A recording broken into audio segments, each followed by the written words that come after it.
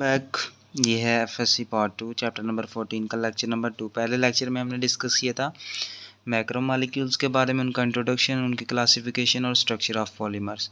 Second lecture में हम discuss करेंगे टाइप्स ऑफ पॉलीमर। ठीक है, पॉलीमर्स की जो डिवीज़न यहाँ हो रही है वो हो रही है on the basis of monomers. तो सबसे पहली टाइप हमारे पास है होमोपॉलीमर। होमो का मैनी होता है सेम। ठीक है, तो इसका मतलब ये ऐसे पॉलीमर्स होंगे जो हमारे पास सिंगल टाइप ऑफ मोनोमर की पॉलीमराइजेशन से होंगे, यानी कि एक ही तरह के जो है वो स्मॉल रिपीटिंग यूनिट्स होंगे। जब इनकी पॉलीमराइजेशन होगी, ठीक है, तो उसके नतीजे में हमारे पास होमो पॉलीमर्स बनेंगे। फॉर एग्जांपल हमारे पास विनाइल एसीटेट है OCOCH3। तो जब हम इसके मॉलिक्यूल्स लेंगे तो उसके नतीजे में हमारे पास क्या होगा, CH2 CHOCOCH3, ठीक है, CHOCOCH3 और सो ऑन, यानी कि ये हमारा क्या है, होमो पॉलीमर।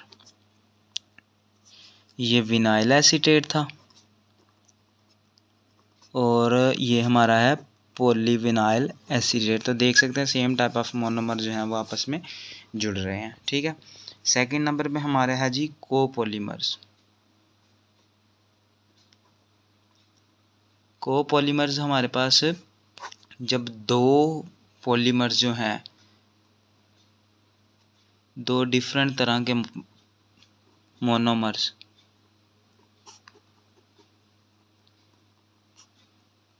ठीक है आपस में पॉलीमराइज होंगे ना, तो उसके नतीजे में हमारे पास कोपॉलीमर जो है वो बनेगा। फॉर एग्जांपल जो हमारा विनाइल एसीटेट है,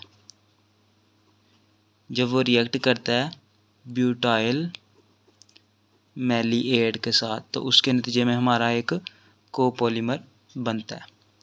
CH2 double bond CHOCOCH3 plus CH double bond, ये हमारा है ब्यूटाइल मैलेट। ठीक है, ये जब आपस में मिलेंगे तो उसके नतीजे में हमारे पास एक नई चीज़ वजूद में आएगी और ये चीज़ होगी हमारी कोपॉलीमर COOBU, और ये इस तरह सेम चलता जाएगा और ये हमारा है CP कोपॉलीमर। उसके बाद हमारे पास थर्ड नंबर पे जो है वो है हेट्रोपॉलीमर्स।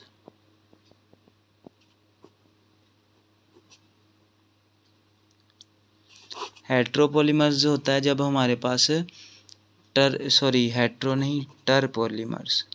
ठीक है, टर पॉलीमर्स के अंदर तीन जो है ना डिफरेंट मोनोमर्स,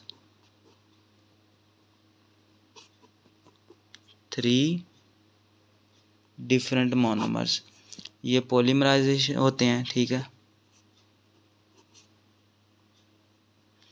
और ये हमारे पास ये जो पॉलीमराइजेशन रिएक्शन होता है ना, इसको केयरफुली कंट्रोल किया जाता है।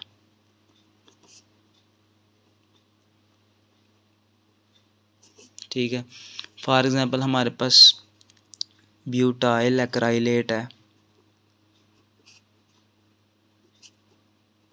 उसके अलावा मिथाइल एक्राइलेट है। ठीक है, और हमारे पास है एक्राइलिक एसिड।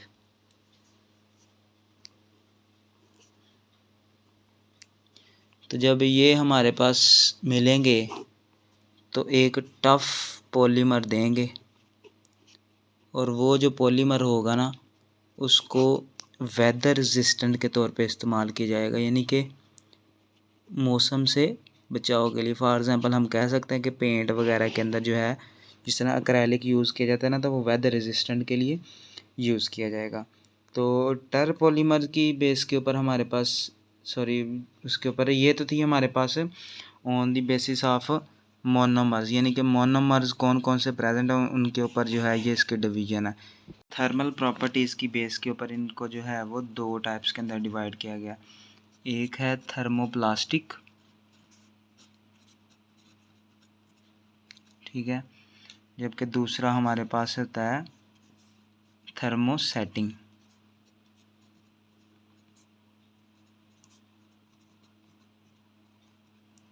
तो थर्मोप्लास्टिक ऐसे पॉलीमर होते हैं जिनको हम सॉफ्टन कर सकते हैं रिपीटेडली। कब? जब हम इनको हीट कर सकते हैं, और ये हमारे पास क्या आ जाते हैं, जब हम इनको कूल करेंगे तो ये हार्ड हो जाएंगे, ठीक है। और प्रॉपर्टीज़ के अंदर थोड़ा सा चेंज आएगा। जी हमारे पास जिस तरह पीवीसी के जो पाइप होते हैं, ठीक है, या फिर प्लास्टिक वगैरह के जो खिलौने होते हैं ना, वो सारे के सारे कौन से होते हैं, थर्मोप्लास्टिक, ठीक है।